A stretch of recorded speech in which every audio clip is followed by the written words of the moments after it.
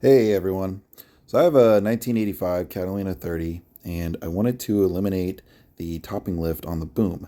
So I ordered the RV21SL and that's what Garhauer had recommended for the Catalina 30 boat. One thing about going to a boom kicker is if you're going from a topping lift, more than likely your boom rotates side to side. And so one of the things you're gonna have to change is you're gonna have to change your gooseneck cap. Catalina Direct sells it with it being pinned, but it's about $250, and I didn't want to do that. So I took my cap off and brought it home to my shop, and I was able to drill a hole in the side of it and then drill through the stainless pin that goes through there and pin the pin, if that makes any sense, so it doesn't rotate anymore. This video will show me modifying my gooseneck cap and installing the boom kicker. Take this boom cap off and I need to pin it so that it cannot twist. So once you have the boom kicker going from the base of the mast, it's kind of hard to see right now with all this stuff on it, but it'll attach back here where this is mounted right here. And so we need to eliminate the twist, because if that's twisting, it's going to be twisting the boom kicker, and we can't have that. So I'm going to work on getting this thing off. Okay, I got it unhooked out of this bracket, this pin. So now I'm just taking these screws out. Oh, that's not focused very good. Taking these screws out on both sides, and hopefully I can just slide this cap off. We're getting it. It's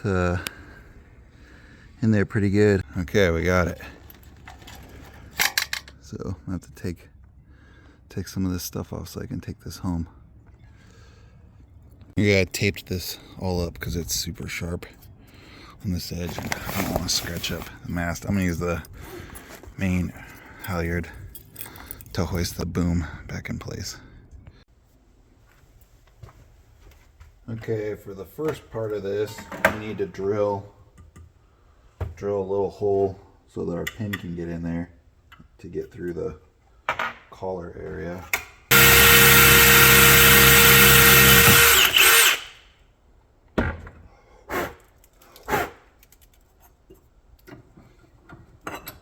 Okay, we got that hole, but we still got to drill. We still got to drill through here. That's what we're gonna want to end up with.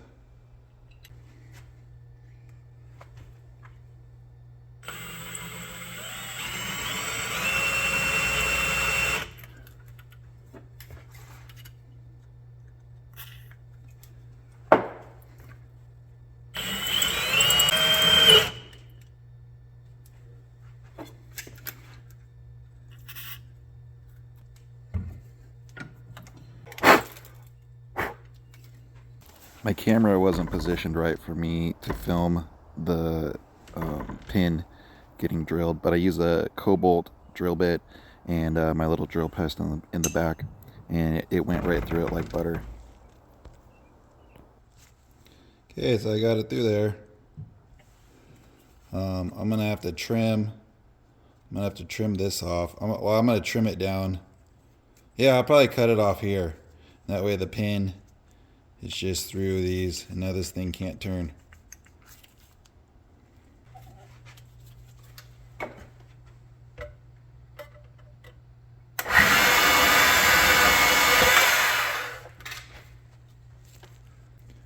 I put some anti-seize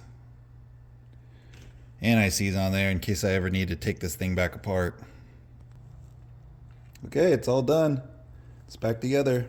I'm gonna do a little bit of sanding and painting on this, and then I'll take it back to the boat probably tomorrow.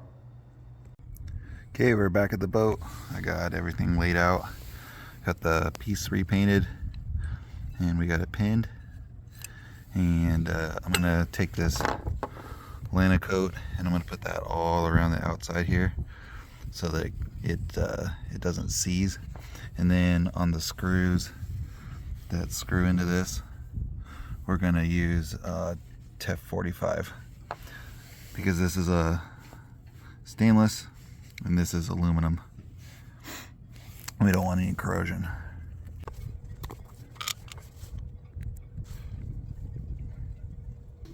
This stuff is super solid because it's so cold.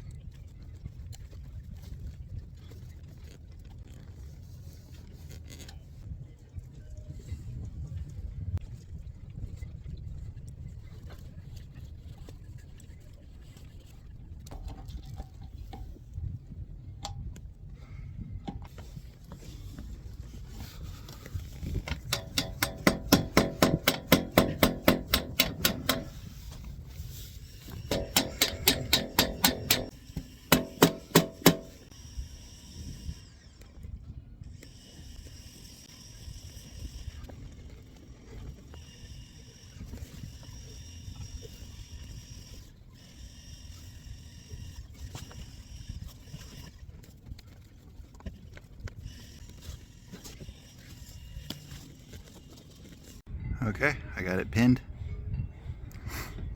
So, all done with this part of it.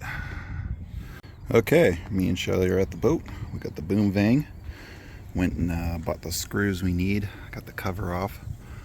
I'm just following Garhauer's website instructions for their boom vang install. So first thing we have to do is install the bracket on the bottom of the mast.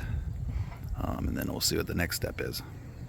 First thing I'm going to do is take off the old boom vang. I think that's what this is called. Won't be needing that anymore. Okay, we got our mast bracket placed as low as possible to where it doesn't interfere with any of these, and then this hatch will still be able to open.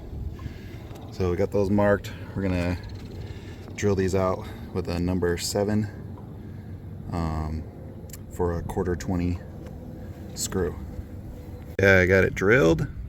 I'm running the tap down it, and then we'll go get some of that compound you put on to prevent corrosion between stainless and aluminum. All right, we're using this Marlube TEF 45. Putting that on the screws, and then we'll get this bracket attached to the bottom of the mast. All right, next part of the install, according to the directions, is to attach the vang, this part, to the mast bracket. All right, we got the vang mounted to the mast bracket. Next it says we need to raise the mainsail and then use the main sheet to pull the boom down as far as it can possibly be, making the leech nice and tight. Okay, so the instructions had us hold the boom vang boom bracket up here on the boom and mark the center hole. It had us compress the boom vang as far as we possibly could. It says to drill only the middle hole and the center hole of the bracket, and then to test it that way, if you need to, you can shift it back or shift it forward after this step. Okay, we tested it. We let the boom swing all the way out to where you'd be wing on wing, and the boom vang was not yet fully extended. And with the leech super tight, the boom vang is drawn down to its lowest point. And according to the directions, that's what you want. So I'll mark the other 2 holes forward and backwards, drill and tap those, and then finish the install. Next, we'll be going up top to the top of the mast to take the topping lift line off and remove it, since we won't need it anymore. All right, we got all the screws in on the boom. So this thing is fully installed. I'll decide how I want to run the tensioning line back into the cockpit. Maybe I'll just take off my extra jib line or sheet that I don't use and run that back here to this clutch, so that way I can tension the boom while sailing. But yeah, that's it. Right now I'm just undoing the topping lift and I'm about to go up to do some work up on the G-Wind, so I'll take that off while I'm up there.